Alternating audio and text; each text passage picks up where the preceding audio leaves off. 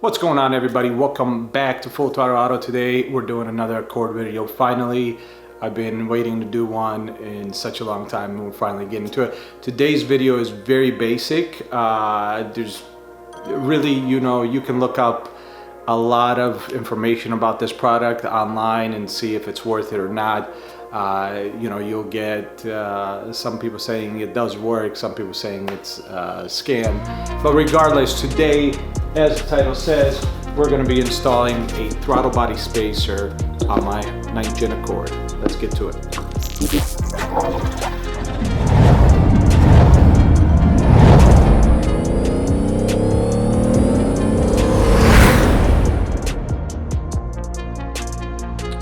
All right, from the purchase description, I'm supposed to only have a spacer in here and bolts. Now I'm gonna open it up just to make sure there's no surprises in here, but that's what I'm expecting. If you're watching this video and you're like, why are you surprised on what you got? Because I'm not expecting anything else. So there you go. Let's take a look here.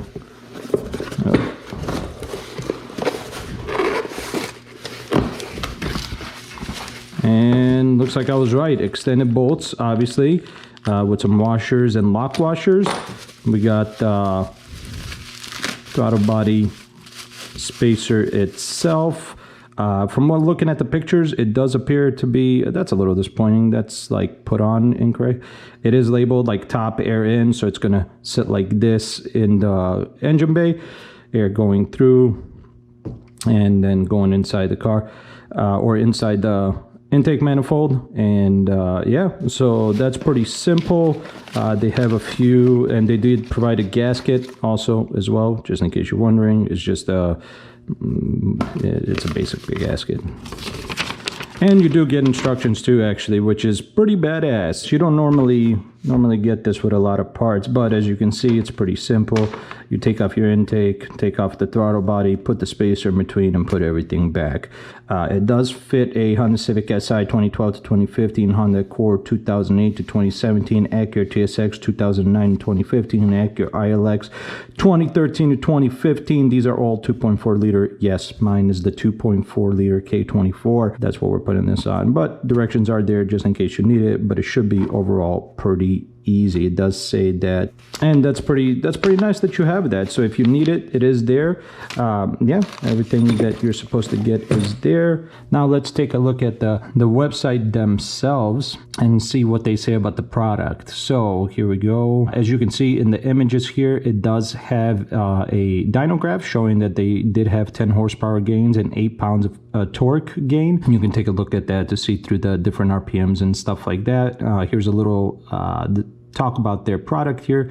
The serrated helix design creates air turbulence in the intake manifold. This turbulence increases the air pressure in the combustion chamber, resulting in increased performance and improved throttle response. The serrated helix combination the serrated helix combination design also reduces intake whistles that occurs with helix only designs, which I don't know, hearing kind of like a whistle sound is, I don't know, it's fun. It's like a fake supercharger sound. Like, it'd be fun.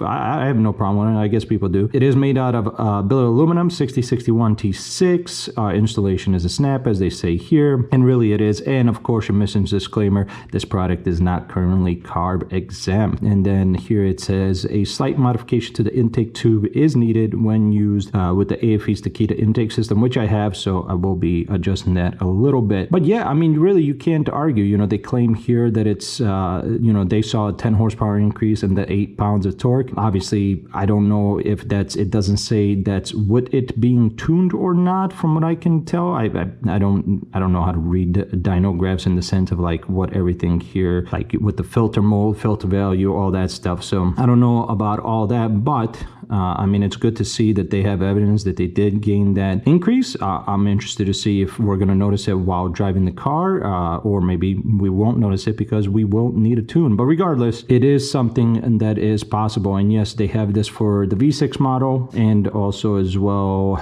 I feel like there's an Acura specific one that they have as well. But regardless, this fits quite a few different cars, so that's not really too much of a problem. Let's finish talking and go install this thing.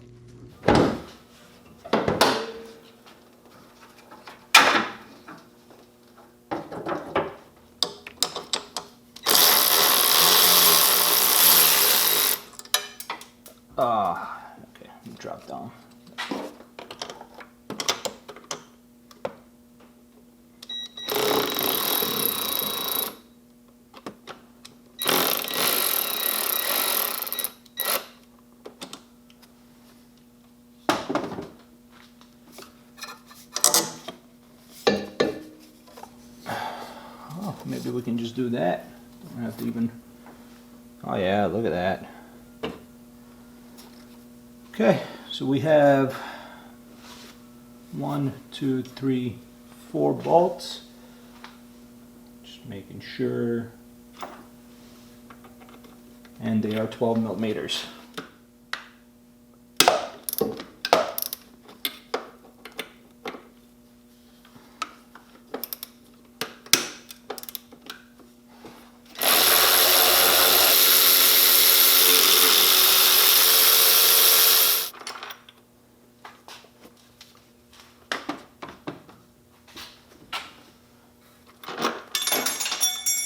This is the bracket you heard drop down there.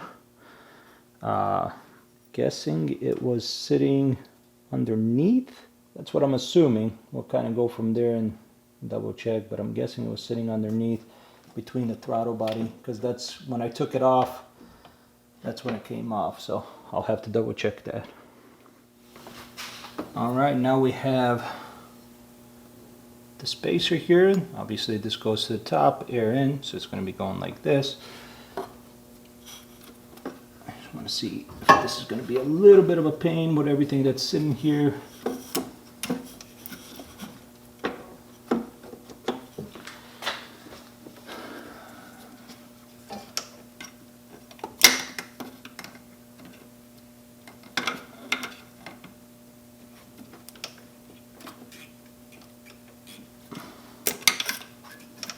Use pliers, squeeze the tabs.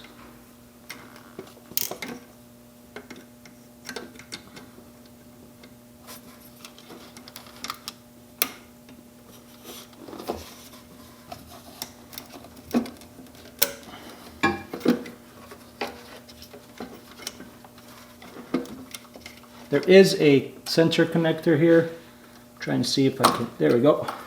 So now I should be able to get that in there.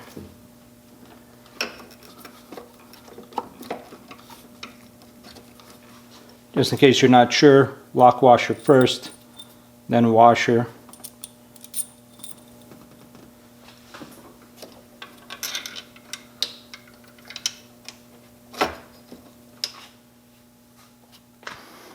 I never thought a gasket would be such a pain, but clearly it's not perfectly drilled. The holes aren't set perfectly, so it's being a little bit of a pain. I got this one over here because that's the harder one, and I thought this would be okay, a little bit easier, just because it's to my closer side, but that does not appear to be the case.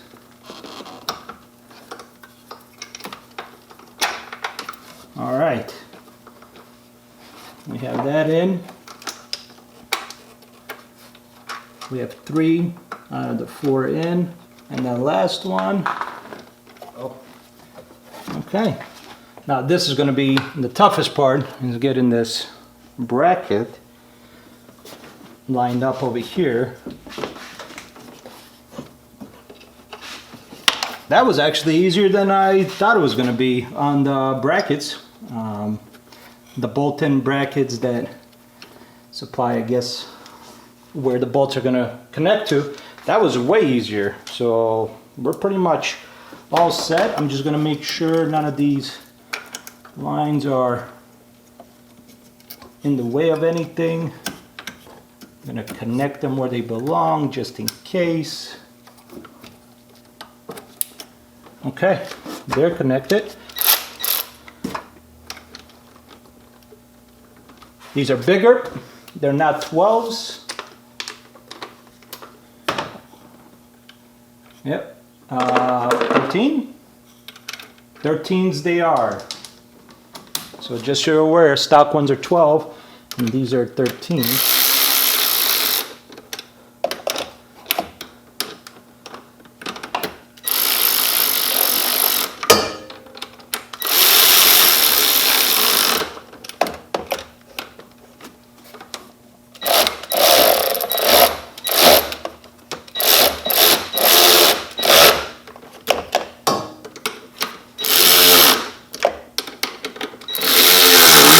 there it is. Now, is there a torque spec for those bolts? Possibly, but I don't know what it is. I'm gonna go ahead and now connect these back up. I don't know what it is, so at that point I'm just gonna kind of go with feel and then kind of go from there. Let's see. That's pretty easy. Now it did say, like I mentioned, that I will have to modify my intake, but let's see here.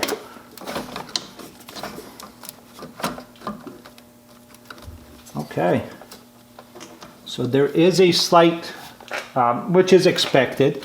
It did move it slightly forward, and so intake slightly forward, so it doesn't fit perfectly on its mounting solution. So I'm guessing what they suggest for fixing this is cutting off the intake a little bit here at the top by the throttle body. I guess we're gonna go ahead and do that because that's something we need to do. To get an estimate on how much I'm gonna need to cut, I'm gonna have that in there. Looks like from the hole to where it needs to go is about 1 inch. It's not the best, but yeah, close to it, a little less than 1 inch, about 3/4 of an inch from where it is. So I gotta cut 3/4 off on the tube. I don't have any white paint, so, or white markers, so I'm hoping the red one leaves a decent mark here.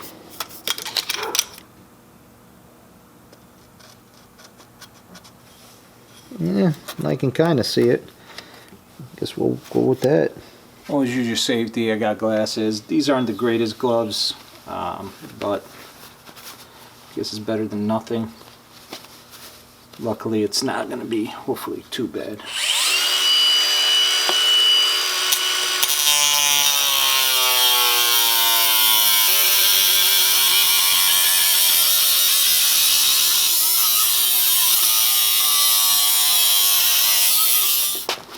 I don't have a deburring knife or tool, so I'm just using this knife I got just to kind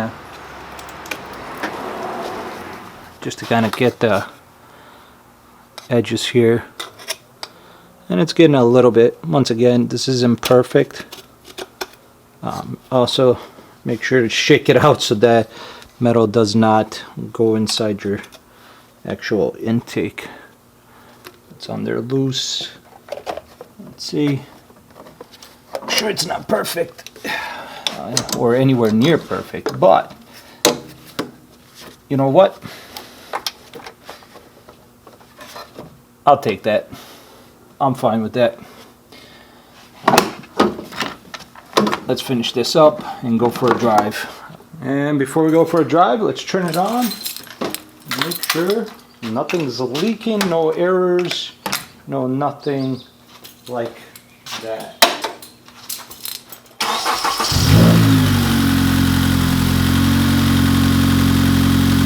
All right, let's go take it for a drive. Everything looks good. I don't feel any air, but we'll find out here soon. All right, so I don't know if you guys can hear it. I have the window open. Listen.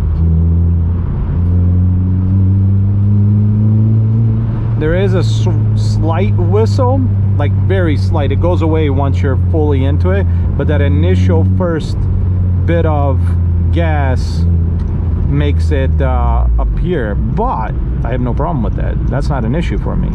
So now I'm curious if I feel 10 horsepower. Let's see.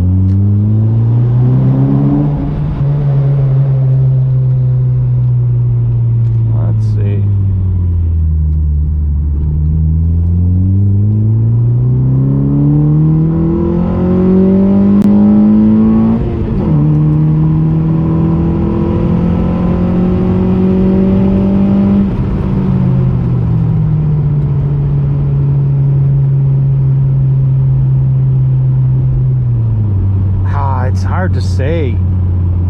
I mean, listen, it's very possible the gains they saw was from a tune.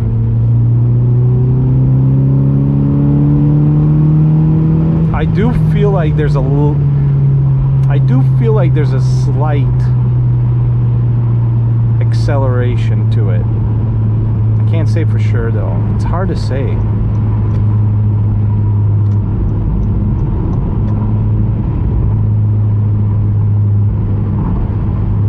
Anybody not stopping at this light?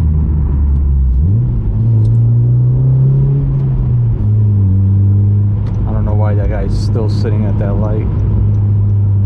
It's like he fell asleep. But it does feel, I'm not gonna lie, this feels like there might be a slight that initial whistle is fun. I won't lie, it's fun. I don't know if it's a placebo. I mean, it's very much a placebo thing. I could be just imagining the power.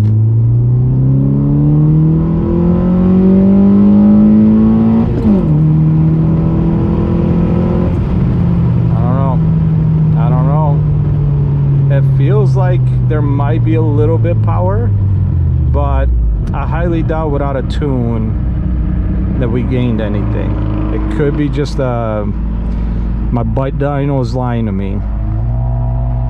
But then again, to be fair, I didn't really notice it with a K-tuner tune that I put on there too, which supposedly increased the power by like 15 horsepower, I believe, if I remember correctly what it technically added up to. So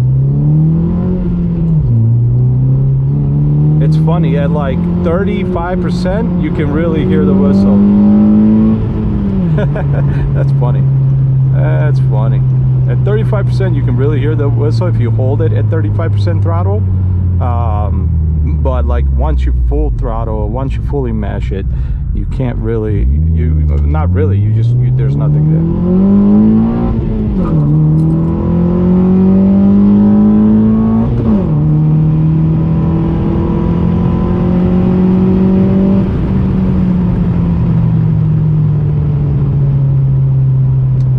I mean, listen, it's hard to say. It's hard to say. I guess, you know, obviously a dyno would help us understand if this car has gained any horsepower from all the things I've done, even including the tune. You know, if we go on a dyno and we're reading at 190 plus horsepower to the wheels, you know, that would indicate that yes, the mods actually did change the horsepower, because there's no, you know, this car is 185 to the crank, so if we're at 190 to the wheels, we definitely did some stuff.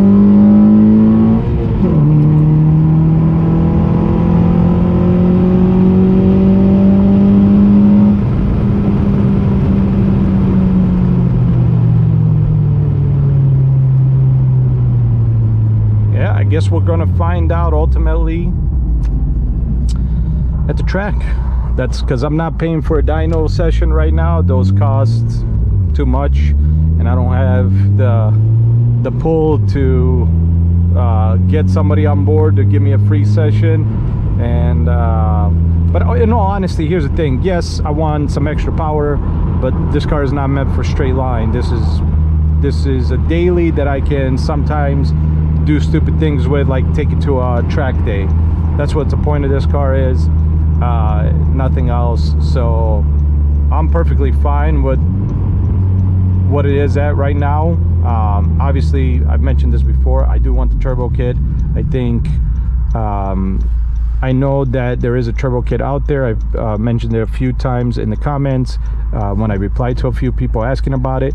The person that provides that turbo kit says that they've seen anywhere between 285 to 315 horsepower to the wheels on stock, obviously internals, and obviously that depends where you're at and who your tuner is and stuff like that, what gas, you know, you have available and all that. So if I can get the turbo kit, if it's putting one together by myself or picking up that particular one, you know, that's ultimately how much power I want. About a 305 wheel horsepower would be plenty in this car. This car is almost 3,200 pounds out of the factory. Once I get the carbon fiber hood, it'll be a little, and trunk, it'll be a little lighter, but not much. But it's safe to say that 305 at, let's say, 3,100 pounds, is good power. It's good power for a daily driver. It's not amazing power. It's not stupid fast. It's quick at best, and it's gonna have that power that I want, that turbo feel that I want. But yeah, once we get there, that'll be a fun time. But for now, I'm pretty happy. I mean, listen, did I waste my money on this? Nah, maybe. But you know what? It was worth it to try it out, to feel it for myself. And honestly, it just got me working on the car a little bit more. And that, to me, is all I want. I want to work on my cars and then race the crap out of them on the track. Hopefully I'll get to do that with the other ones too here soon. But yeah, we got a track day going on soon, June 13th to be exact. And we got a few autocrosses we're doing here next weekend and the weekend after. So look out for those videos. But until then, oh yes, and I am doing one more mod hopefully before the second autocross, which is a clutch line, stainless steel braided clutch line that I found for these cars. And obviously I need to flush the fluid because I'm a Volvo owner, as you guys saw the purple out. So stay tuned for that video as well. That will be coming up here hopefully very soon, because I do need to get that done before the track day. But yeah, thanks for watching. I hope you enjoyed it, and I'll see you guys in the next one. By the way, AFRs are looking good. I've been paying attention. So everything over here is looking good while hammering on the car. So I can't really complain, you know. Yeah, can't complain. Not bad. Still feels good. Alright, see you guys in the next one. Or I guess you'll see me in the next one.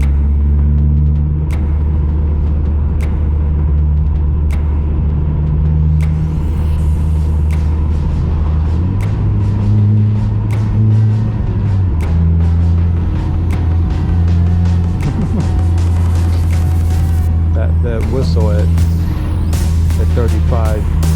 It's fun. It's fun. I like it. It's like a fake Pro Charger or centrifugal supercharger, but it's easier to say Pro Charger. Or like, not even that. It's like a wastegate.